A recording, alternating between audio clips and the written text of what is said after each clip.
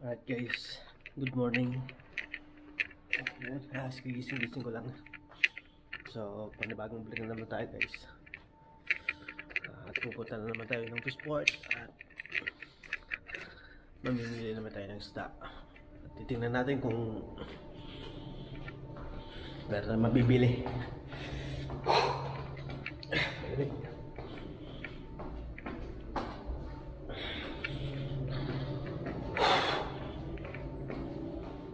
Talaga guys.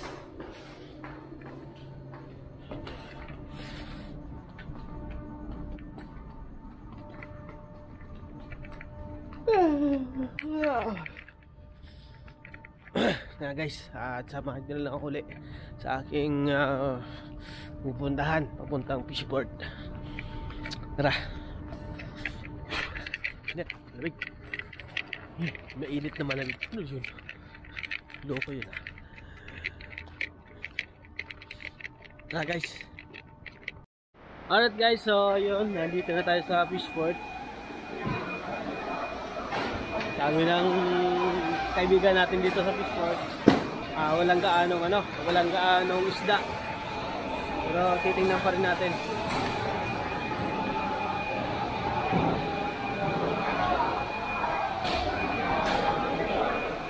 Wala.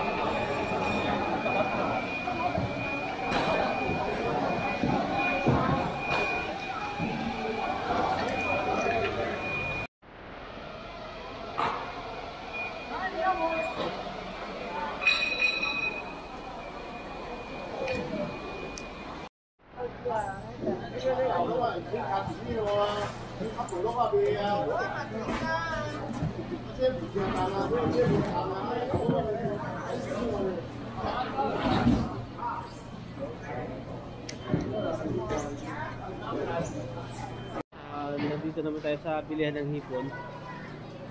Gusto lang may order sa atin ngayon. Yeah.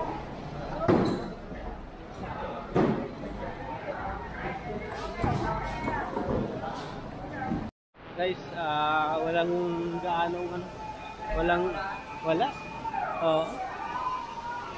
walang gaanong nakalatag na isda ngayon. Kahapon daw, Sabado, maraming tulingan. Ngayon wala. Naubusan na tayo ng bibili ng isda.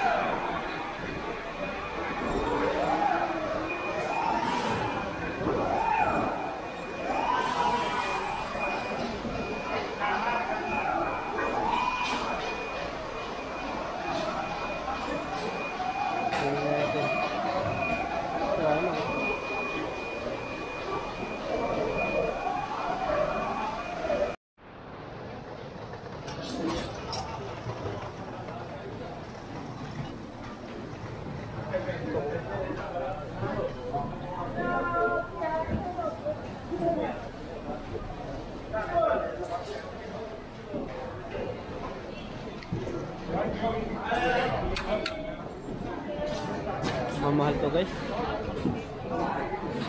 Hindi kaya nang natin to. Hindi kaya ng budget.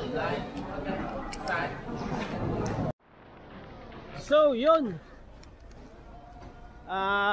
Hipon lang natin nabili guys. Ayan, may isang hipon lang. Walang gaanong display ang yung isda. So uwi na tayo. Wala tayo nakitang galunggong. Kaya dalang isda ngayon. Bakit kaya ganun? Uwi tayo luhaan guys. Wala tayong bilang isda. Mahal ng ang mamahal ng nakalatag. Ito na yun mga pang first class yun na isda. Hindi natin kayang bilhin yun. Sayang. Alright guys, so uwi na tayo guys. So doon lang tayo ulit magkita-kita sa dorm.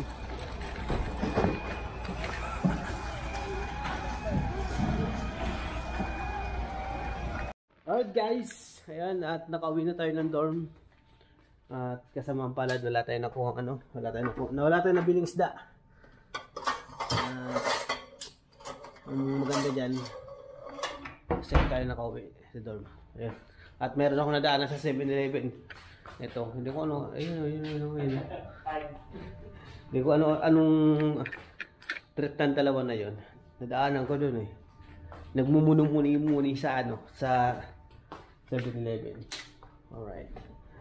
So, yan. At maraming salamat sa pagsama sa aking papuntang Fishport. So, bali next week na naman tayo ulit magsama-sama guys. Alright. So, hanggang dito na natin vlog muna. Bye-bye sa inyo lahat at good morning. Yun, at Sunday na ngayon.